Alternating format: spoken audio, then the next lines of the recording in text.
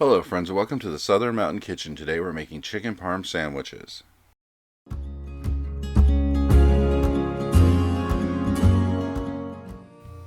So yeah, this recipe has nothing to do with being Southern. However, I love Italian food and I love making so many of these dishes. My grandmother was Italian, so I kind of got the flavor for eating Italian food really young, and I like experimenting with and changing and making things that are kind of related to what I grew up eating from her.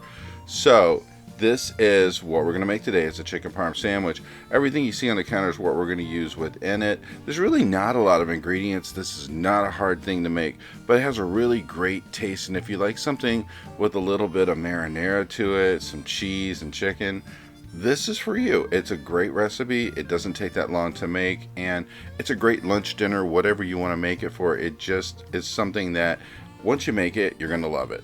So it's a great thing, and it really doesn't even cost all that much to make this. So this is kind of like a budget meal in itself. So everything you see on the counter is what we're using. Really not much to pick from here. The oddest thing you're going to need is some croutons, which those are Italian croutons. They have the flavoring in them. So we're going to take 2 chicken breasts and we're going to cut the fat off of these and cut them for the sandwiches. Now, the way this works is you can make 2 large sandwiches out of this or 4 smaller sandwiches, depending on how many people you're feeding, or if you made like a little bit of a bigger sandwich for an adult and a smaller one for a child. Very easy to divide this up.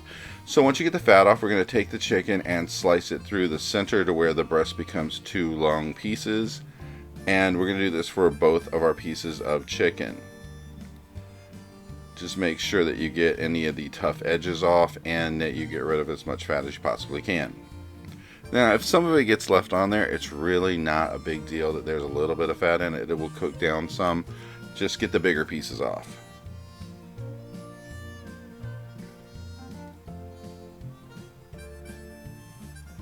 I have found, though, if you want to cut chicken and do something like this, sometimes it's better if you had frozen chicken to not let it thaw completely, because if it's a little crystallized, it's easier to cut through with a knife and it's not all over the place and it's just not as hard to deal with. So once we get these cut up, we're going to take a plastic bag, because once we're going to put these inside, we're going to pound these with a mallet. And it's better to have them inside of a plastic bag so stuff doesn't fly all over your kitchen, because when you're pounding chicken, you will throw chicken bits, any of the juice, whatever, everywhere if you don't put them inside of something. So I have the baggies that are just made for kitchen use, and I put mine in and I just pound them all at once because it's just easier to have them all in there one time and get it over with. So really you just need to go through, pound all on one side, and then when you're done with that, flip it over and pound the other side of it.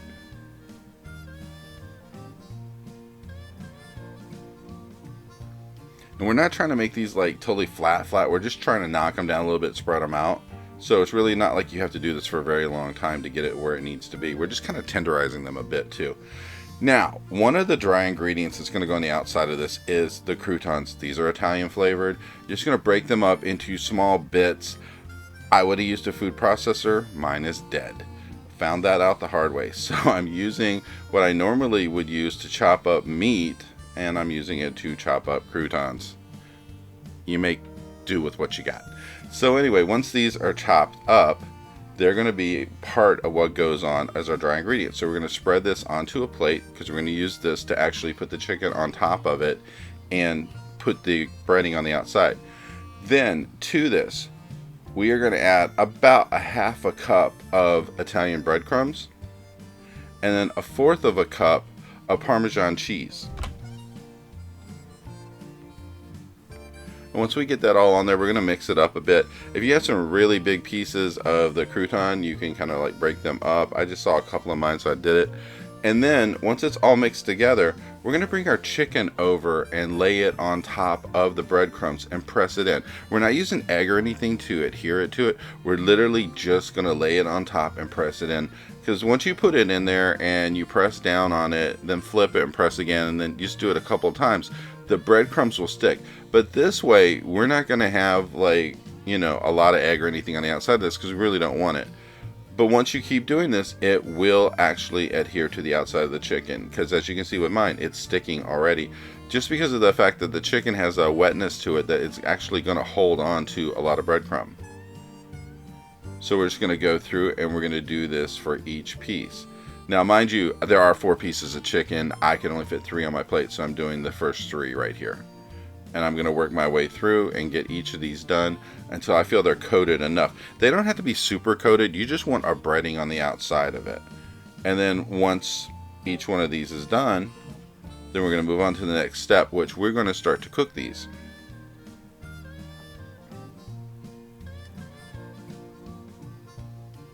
So in a large skillet, we are going to put 4 or 5 tablespoons of olive oil. And we're going to heat this up to a medium heat, almost high but not really there, because we don't want to burn the outside of the chicken and the breadcrumbs when it's cooking. We want it to cook at a medium to medium high rate, where that way we don't overcook it. And then we're going to add in 3 tablespoons of butter. And we're going to melt this before we do anything else, because we want this mixed in with the olive oil, because it's going to give a flavor to the chicken as we're cooking it. So go ahead and move your butter around the pan until it melts down.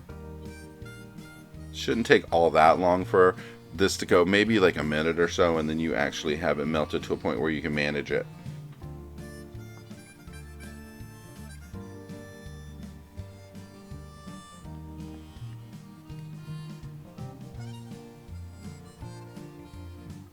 And as you can see with mine, it's all melted down to a point where we can actually put the chicken in.